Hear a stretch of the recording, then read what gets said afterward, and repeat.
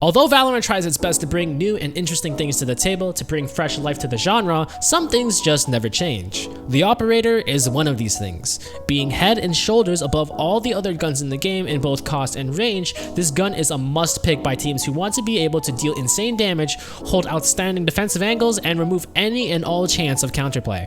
If you're a ruthless player that wants to give the enemy's teams no chance of success, this is the gun to pick.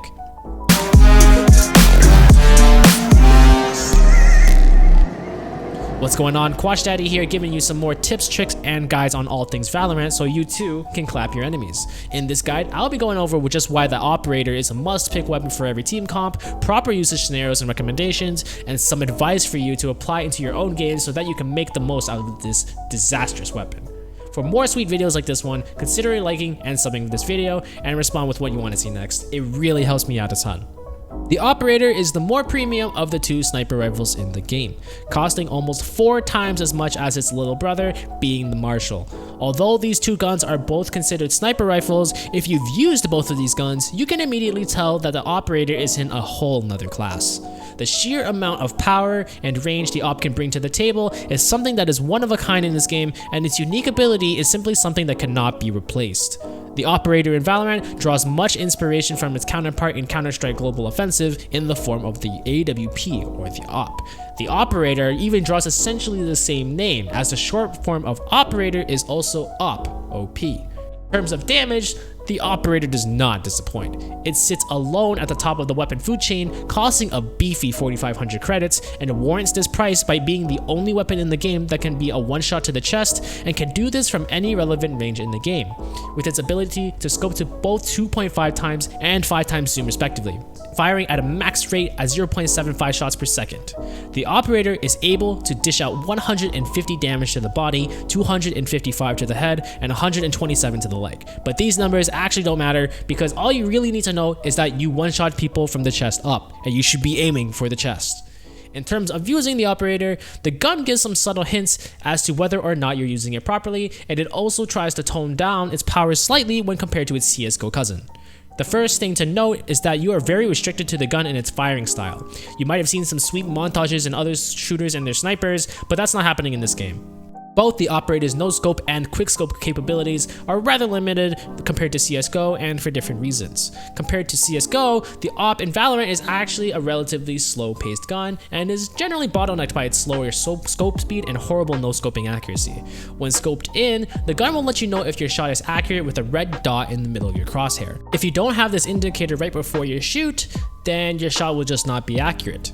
The gun also takes at least half a second to get into this state, so you can't expect to be able to use it as aggressively as you'd like.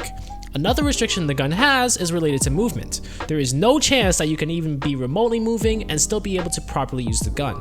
You're allowed to inch maybe just a tiny bit, but overall, you should be perfectly still. The gun essentially loses all accuracy, and from that point, your shot will essentially be left to RNG with a massive spread. However, there are ways to mitigate this effect by using good movement techniques.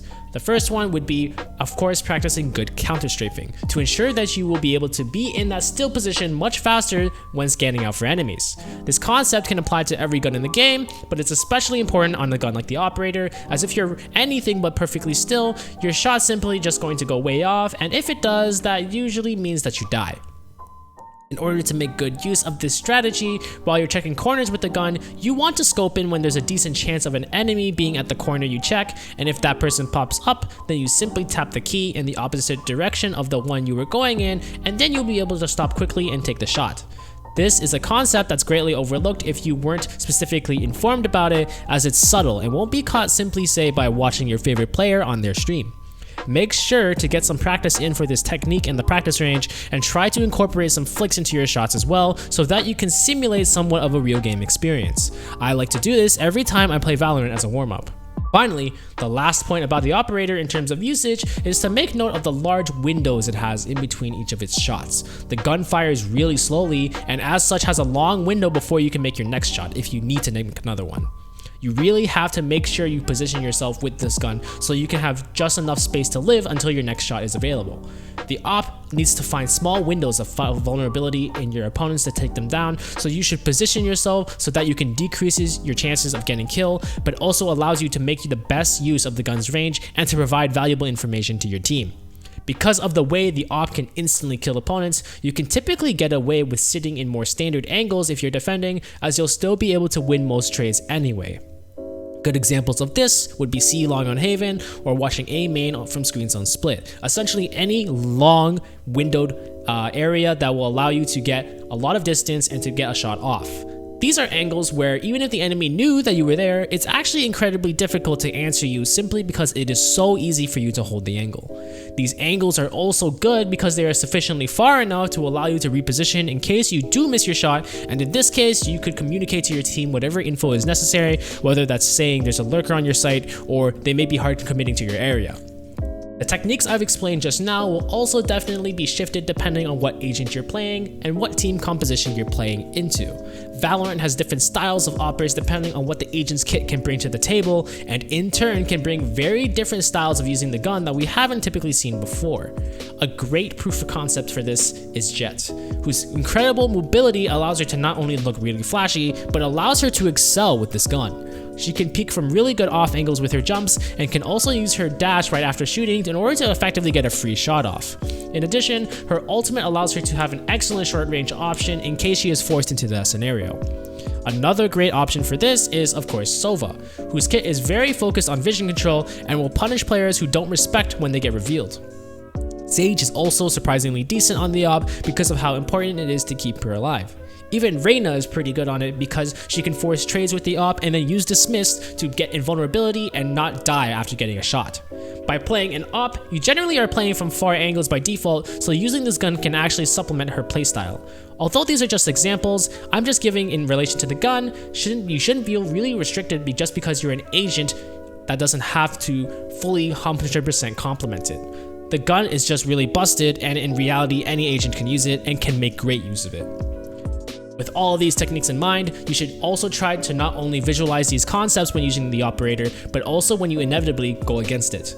We've all been there peeking out from A main just to get immediately bopped by that disgusting railgun. Now that I've shown you how to use the gun properly, you can reverse these concepts and think about how you can better counter the gun. Let's recap the gun's main weaknesses once more. The operator is not the best as an offensive weapon, it is not the best for close range engagements or retake scenarios.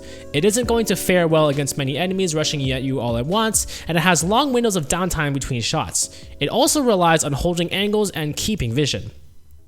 With all of these weaknesses in mind, you can use the tools that you and your team have in order to force out those weaknesses and successfully play around the enemy opper.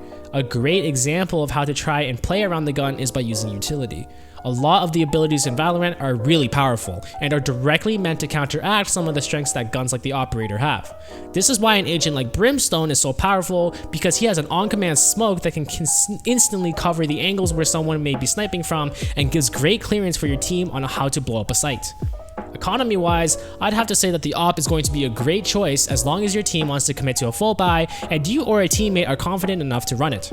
It's both excellent and arguably necessary on both offense and defense, and as of the current meta, is also essentially a necessity on all 4 maps in the game. Valorant currently has no long-range flashes in the game at the time of recording, and when this is combined with the current map design that the game carries, it means that the operator will always be a relevant weapon. However, if all you can afford is a rifle in a certain round, don't fret. You don't have to force yourself to go on a save round just so you can get it next round, so just get a rifle now and try your best. However, if you're finding that your team is being constantly punished by an enemy sniper, then it's probably in your best interest to have at least one on your team. Considering that the gun is incredibly expensive, it's also not uncommon to only buy light armor or even no armor with this gun. Having armor with the operator is more of a creature comfort than a necessity, and theoretically, you should win trades with the instant shot and not take any damage, and if you miss your first shot or two, you're going to die regardless of how much armor you have. One other thing to keep in mind in relation to economy doesn't have to do with your own economy, but your enemies. If your enemy is on a save round and you have enough money to buy an op, you actually don't necessarily need it. Buying the op is a huge investment, and if you happen to get cheese killed by people on a save round and end up giving up the weapon, that is a huge economical swing in favor of the enemy and will typically end up making you lose 2 or even 3 rounds in a row, even with full rifles. Buying a normal rifle will likely do the job in these scenarios and will still be relevant even when the enemy decides to full buy out in subsequent rounds. But if you're absolutely confident in your ability to stomp out opponents, you can still go for the AWP anyway. The AWP is a nasty weapon that is currently the king of getting picks and suppressing counterplay. Yes, it's expensive, but its incredible damage and irreplaceable nature makes it worth every credit. Whether you consider yourself an AWPer or not, you should at least really recognize the strengths of this gun and why it's so important and powerful at all levels of play right now. Understanding this gun will be the key to greatly improving your offensive and defensive potential and will overall make you a better player. Hope this video helps you out and you keep these tips in mind on your way to Radiant. Stay fresh, brothers.